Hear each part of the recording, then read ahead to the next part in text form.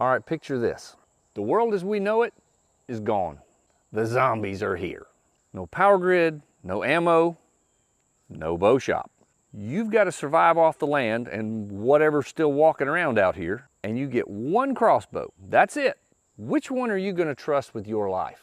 Well, today we're going to break down my 3 original choices, but we got a new player on the field. Now, these are crossbows that I would consider if things went sideways. And it's not about speed, it's not about style. It's about dependability, durability, and how easy they are to work on in the field, because you're not going to have a backup. So which one is the ultimate zombie apocalypse survival crossbow?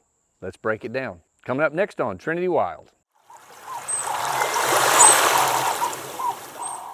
Well, hey everybody, thanks for hanging out with me today. This is a video I've been wanting to do for well over a year. And if I'm completely honest with you guys, zombie apocalypse, grid down, bug out survival stuff was really where I thought this channel was gonna go. Turned out a little different and I'm perfectly fine with that, but that's why I'm so excited to do this one today. Now, normally we do a video like this and do a 3, 2, 1 countdown style, but I think most of you, like me, know that the obvious survival crossbow would be an Excalibur. So let's just start with number 1. Now, this is the first crossbow I ever owned. This is an old Excalibur Grizzly. So the benefits of a crossbow like this in some type of grid down situation is you can change these strings by yourself. No bow press needed. Heck, if a zombie chewed through your instruction manual, wouldn't matter. You can still figure this out. So what makes this apocalypse worthy? Number 1, it's super easy to work on. If you can tie your boots, you can restring this crossbow. Keeping a stockpile of replacement strings. The things are only like 35, 40 bucks. You can actually purchase a couple of extra sets of limbs from Excalibur. They're not horribly expensive. And really, your trigger is about the only part you got to worry about failing. This bow is like my dad's old truck. It may not win a lot of races, but the darn thing will run forever. And that's why it would be most people's number 1. Now, I'm going to preface that by saying, this is probably 1A. I'm going to save 1B till the end. Let's go on to number 2. My number 2 choice is going to be the Mission Sub 1 XR by Matthews. Sub 1, Sub 1 XR, Sub 1 Lite, all of them great quality. This one's just a little faster. But end of the world as we know it situation, 10, 20, 30 feet per second is really not going to matter. But wait, didn't we say we needed something simple to work on? Believe it or not, this one is super simple. I don't need a bow press to take off the strings. Therefore, I can change strings, limbs, cams without needing a bow press. Let me show you what I mean. All right, now that limb bolt, it's a big one. It's a 5/16 limb bolt. So we'll just start loosening that and watch what happens. Now, I will preface this by saying, do not do this with any other crossbow.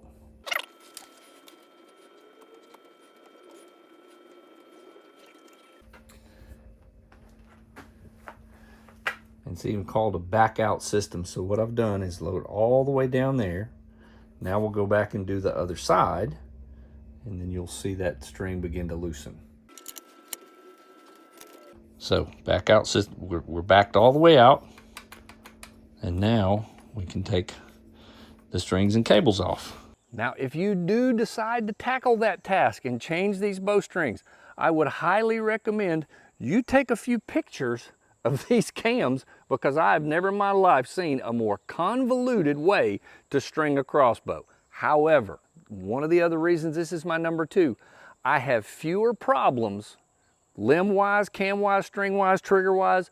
Overall, I have less problems with Mission crossbows than any other one out there. These things are built solid.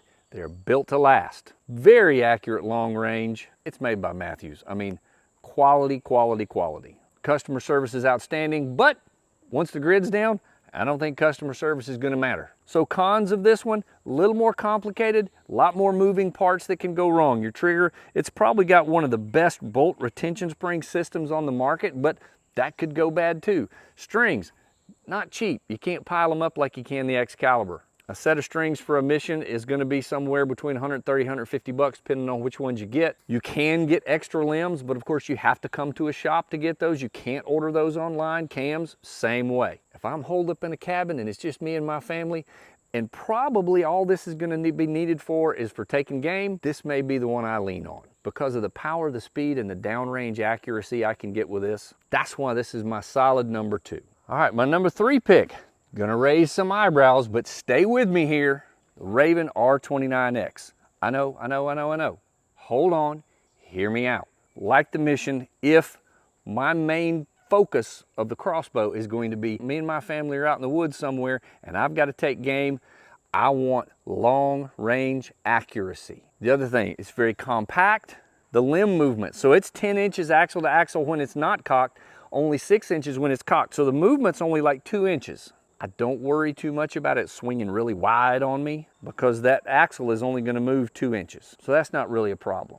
Now the pros with the other two is I don't need a press to be able to change the strings. With the mission, changing the strings is a little bit tough. I gotta have a press to change these strings. But hang on, I don't need an $800–900 bow press. There is a specific press that Ravin makes just for this crossbow. Now, I said just for this crossbow, but it's actually all across their crossbows. So rather than paying $700 or $800 for a press, this one I believe is like 500 bucks, and it's a little tedious, but it'll get the job done. And like I said, it works across all the Ravin platforms, so you only need one press no matter which Ravin you own. So it's very, very easy to get on Amazon, to go to your local bow shop and buy some extra strings. And actually changing the strings out is pretty simple and straightforward, but again, if you've never done it before, get you a couple of pictures, take you a little video so you can have some reference points to go back to while you're changing those strings. But if you put them on wrong, the thing's not gonna work anyway, you'll figure that out pretty quick. Now, let me lay you out another end of the world type scenario.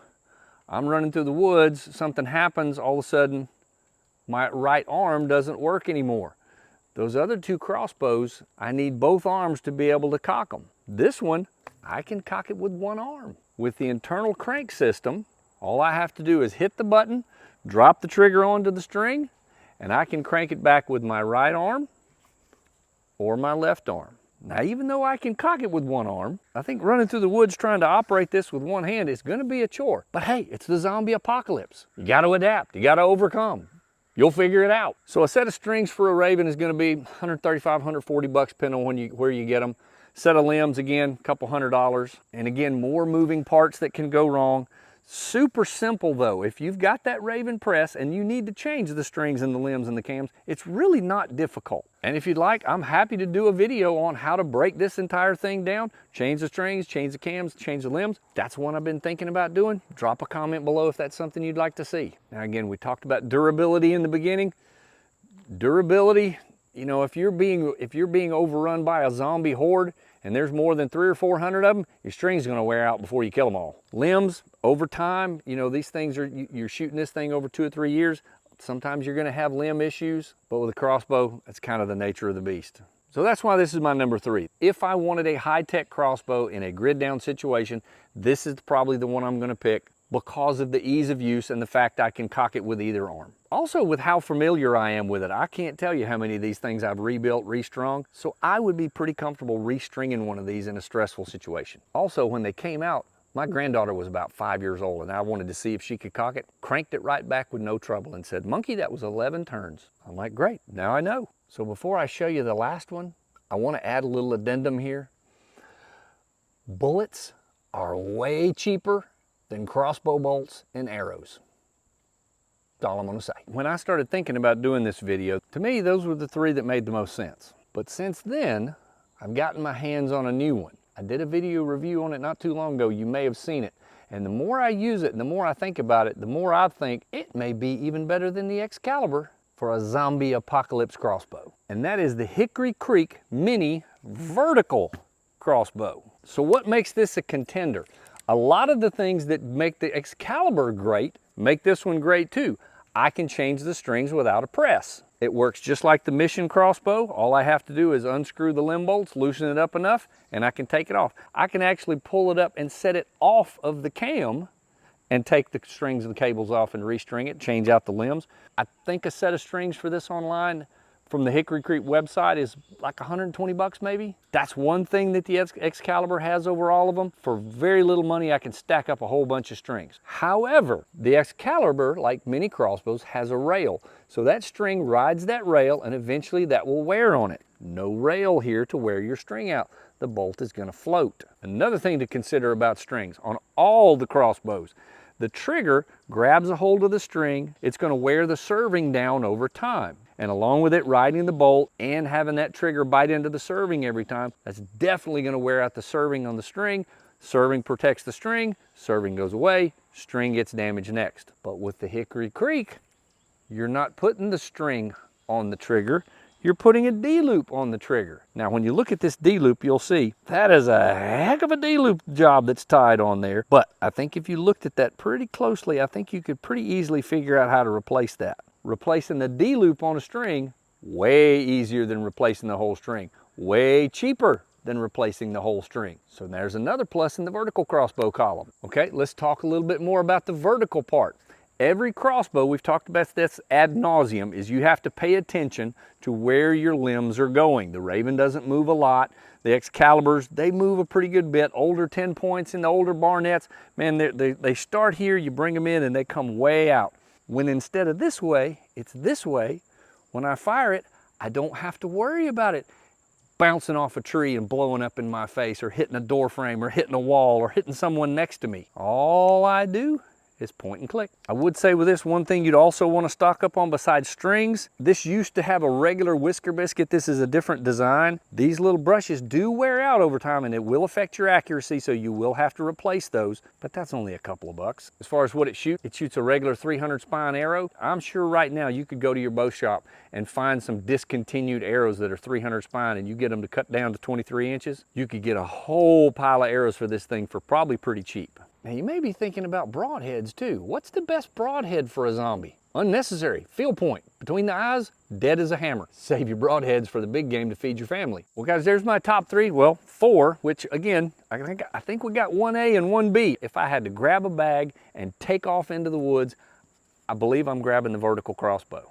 Because really, at the end of the day, I think the only benefit the Excalibur has over it is the cost of the strings. I'm pretty lucky. I get a really good deal on replacement strings. What about you? Which one are you picking? Or do you have a better pick? Drop it in the comments, let's talk about it. And I know right now it's that time of year where a lot of us are gearing up for hunting season. We'll just hope we don't have to hunt zombies. Well, hey, thank y'all for joining me today. I really appreciate it. If you enjoyed the video today, hit that like button, subscribe to our channel. It's free. Now I know in my neck of the woods, it's getting time to get outside and get wild. We'll catch you on the next one. Y'all take care and God bless.